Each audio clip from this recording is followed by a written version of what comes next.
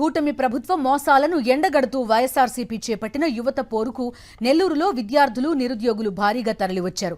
ప్రభుత్వానికి వ్యతిరేకంగా నినాదాలు చేశారు. నెల్లూరు వీఆర్సీ సెంటర్ నుంచి కలెక్టరేట్ వరకు మాజీ మంత్రి కాకాణి గోవర్ధన్ రెడ్డి ఆధ్వర్యంలో భారీ ర్యాలీ నిర్వహించారు. విద్యార్థుల్లో నిరుద్యోగుల్లో మొదలైన వ్యతిరేకత పార్టీని భూస్థాపితం చేసేంత వరకు ఆగదని మాజీ మంత్రి కాకాణి గోవర్ధన్ రెడ్డి స్పష్టం చేశారు. పెండింగ్ బకాయిలను వెంటనే విడుదల చేయాలని, నిరుద్యోగ భృతి ఇవ్వాలని డిమాండ్ చేశారు. బకాయిలు పెండింగ్ ఉన్నాయి. దానికి సంబంధించినటువంటి బకాయిలు ఈరోజు చెల్లించకుండా ఉంటే విద్యార్థులకు సంబంధించి పాపం స్కూళ్ళకు వెళితే హాల్ టికెట్లు ఇచ్చేటువంటి పరిస్థితి లేదు. కొన్ని స్కూళ్ళలో విద్యార్థులను రానివ్వడం లేదు.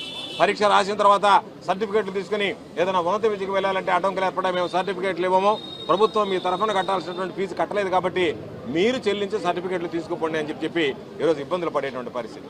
ఒక పక్క విద్యార్థులు, ఒక పక్క తల్లిదండ్రులు తీవ్రమైనటువంటి ఆవేదనకు గురవుతున్నటువంటి పరిస్థితుల్లో చంద్రబాబు నాయుడు అన్ని వర్గాలకు సూపర్ 6 పేరిట మోసం చేసినట్టే విద్యార్థులకు కూడా బకాయిలు 3,200 కోట్ల రూపాయలు ఉన్నాయి. 3,900 కోట్లు విద్యా దీవెన, వసతి దీవెన పథకాలకు సంబంధించినటువంటి నిధులు అవసరమన్నాయి. 7,100 కోట్ల రూపాయలుంటే బడ్జెట్లో 2,600 కోట్ల రూపాయలు కేటాయించాడంటే కనీసం ఈ సంవత్సరం బడ్జెట్లో కూడా నిధులు సక్రమంగా కేటాయించలేదంటే కేటాయించినటువంటి నిధులు ఖర్చు పెడతాడా లేదనేటువంటి అనుమానం ఒక పక్క ఉంటే 7,100 కోట్లకి 11 లక్షల విద్యార్థుల భవిష్యత్తుకు సంబంధించి ఈరోజు కేవలం 2,600 కోట్ల రూపాయలు 3వ వంతు నిధులు కేటాయించి చంద్రబాబు నాయుడు విద్యార్థులందరినీ మోసం చేస్తున్నాడు.